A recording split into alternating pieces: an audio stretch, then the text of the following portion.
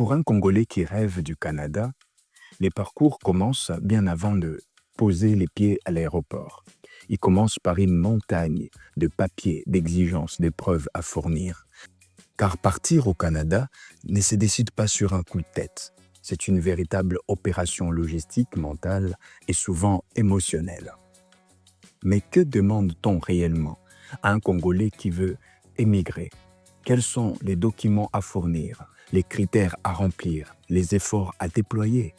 Et au-delà de l'administration, quels sont les sacrifices, les espoirs et parfois les désillusions qui accompagnent ces processus?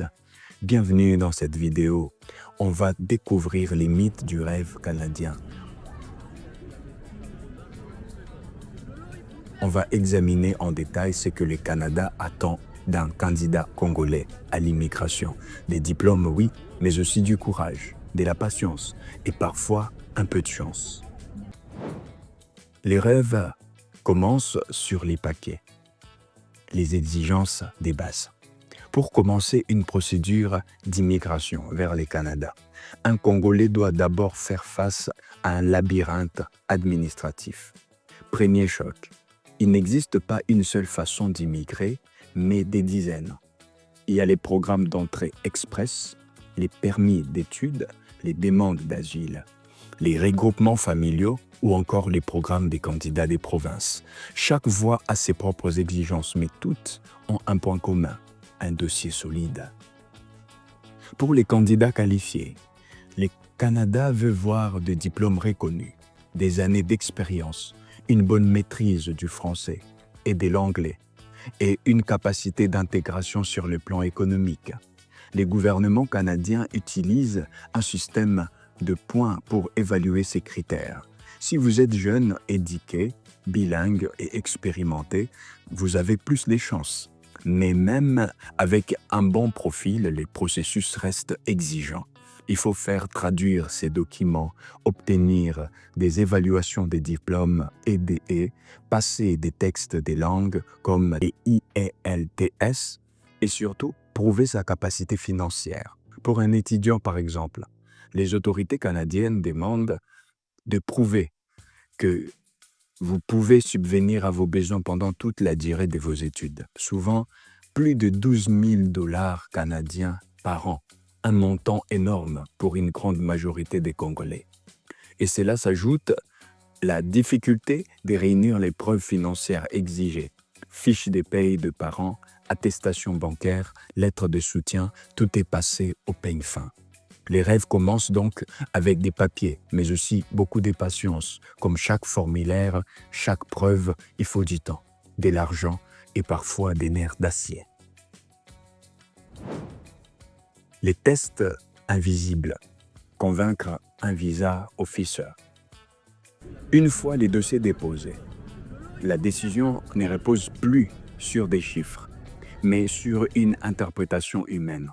Car à l'autre bout du processus, il y a un officier de l'immigration, une personne qui lit votre dossier, analyse votre parcours et surtout juge vos intentions. C'est là que ça se complique pour beaucoup de Congolais. Pour les autorités canadiennes, un étudiant doit être un étudiant et non un migrant déguisé. Le problème, la frontière entre les rêves d'études et rêves d'une vie meilleure est souvent floue. Résultat, de nombreuses demandes sont rejetées pour manque de preuves des retours au pays. Même si vous avez un visa étudiant, le Canada veut croire que vous reviendrez au Congo après vos études.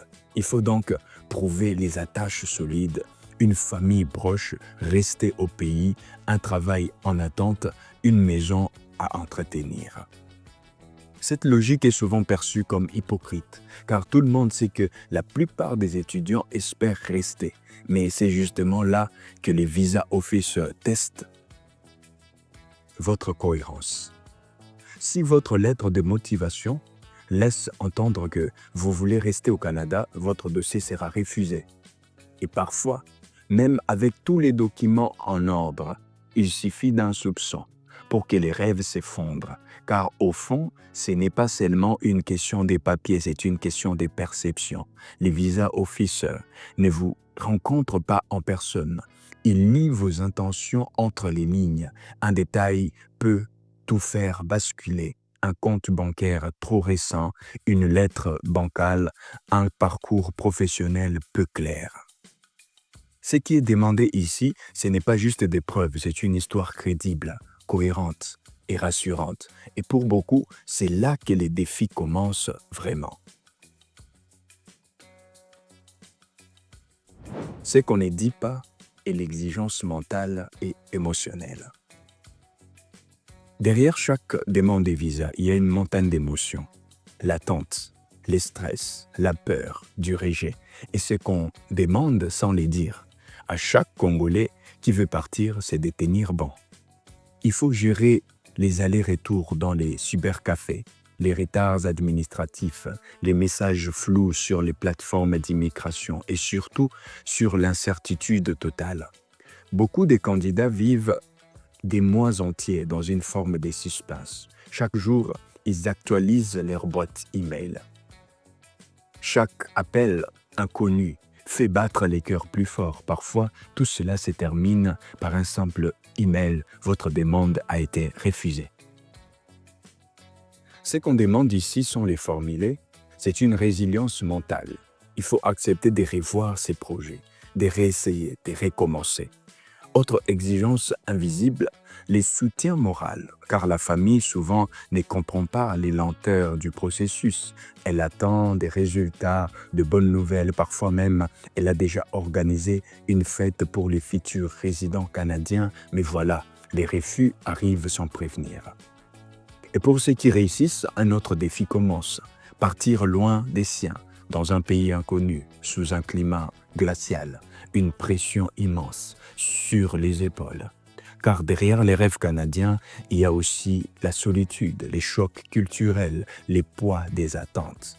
Le Canada veut des gens forts, qualifiés, mais aussi préparés mentalement. Et cette dimension, pourtant essentielle, est rarement évoquée. Elle est pourtant l'une des plus grandes exigences du processus. Les prix du rêve, c'est que ça coûte vraiment. Les rêves canadiens ont un coût. Et ce coût, ce n'est pas seulement une somme d'argent, c'est aussi des sacrifices, d'emprunts, des dettes, parfois même des arnaques. Un dossier bien monté pour les Canada peut coûter plusieurs milliers de dollars. Test des langues, entre 250 et 300 dollars. Évaluation des diplômes, environ 200 à 300 dollars. Frais de visa, 150 dollars. Certificat d'acceptation du Québec, 120 dollars. Frais de biométrie, 80 dollars. Billets d'avion entre 900 et 1300 dollars.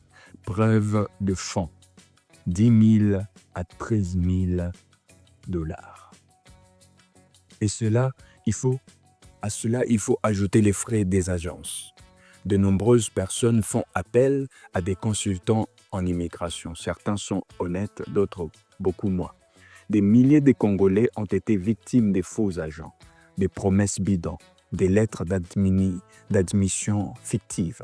On leur vend un visa garanti alors qu'il n'existe rien de tel. Les manques d'informations combinés à l'urgence de partir poussent certains à signer des contrats risqués. D'autres vendent des biens familiaux, hypothèquent une maison, contractent des prêts à intérêt élevé. Le Canada, de son côté, veut s'assurer que les candidats peuvent subvenir à ses besoins et ne veut pas accueillir quelqu'un qui deviendra une charge pour l'État. Mais ce que cela implique, c'est que les rêves canadiens est réservé à ceux qui peuvent payer. Et c'est peut-être là l'une des demandes les plus injustes du système. Avoir les moyens, car entre deux candidats ou même au même profil, celui qui a les poches pleines a bien plus de chances de réussir.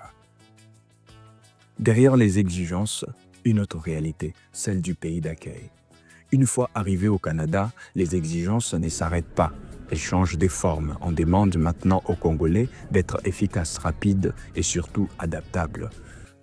Trouver un logement, comprendre les systèmes, gérer les chocs climatiques, créer un réseau et c'est là sans repère.